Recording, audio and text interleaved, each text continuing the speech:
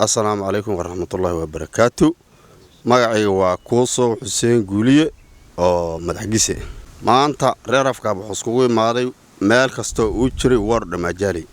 reer afkaab wuxuu iskugu imaaday ee ka tashanaya waa nabadda reer afkaab iyo kuuraha reer afkaab maanta inuu soo qasaarin. midda boogta nugu ee naga nixinaysa haddii aan nahay war dhamaajali waa midda. waxaan ka hadlaynaa marka oo baaq u direynaa reer afkaab kan Nairobi joogo kan Gaaris jiro midka dibadda jiro culamo awdiinka mas'uuliyiinta kala sarreeyay reer afkaab bacmustur kale waxaan ka hadlaynaa maanta reer afkaab noloshiisa iyo mideyntiisa sidii ay reer afkaab u ka tashan lahaa.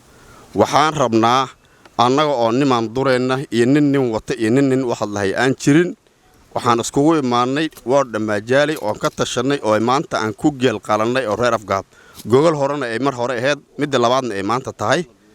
waxaan rabnaa mideynta reer afkaab iyo nolosha reer afkaab waxyaalaha ma qaadan karno umana dul qaadan karno xun ee wararka ee nagu soo dhadhacaya goosinka ay kooxda reer afkaab u socdo mana ogolaan karno.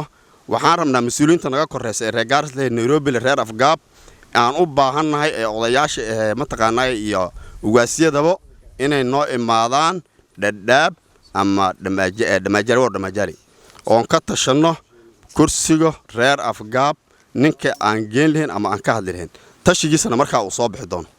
annaga nin maanta nagula tuumay ama nagula xamanahay reer afkaabka war dhamaajali ma jiro.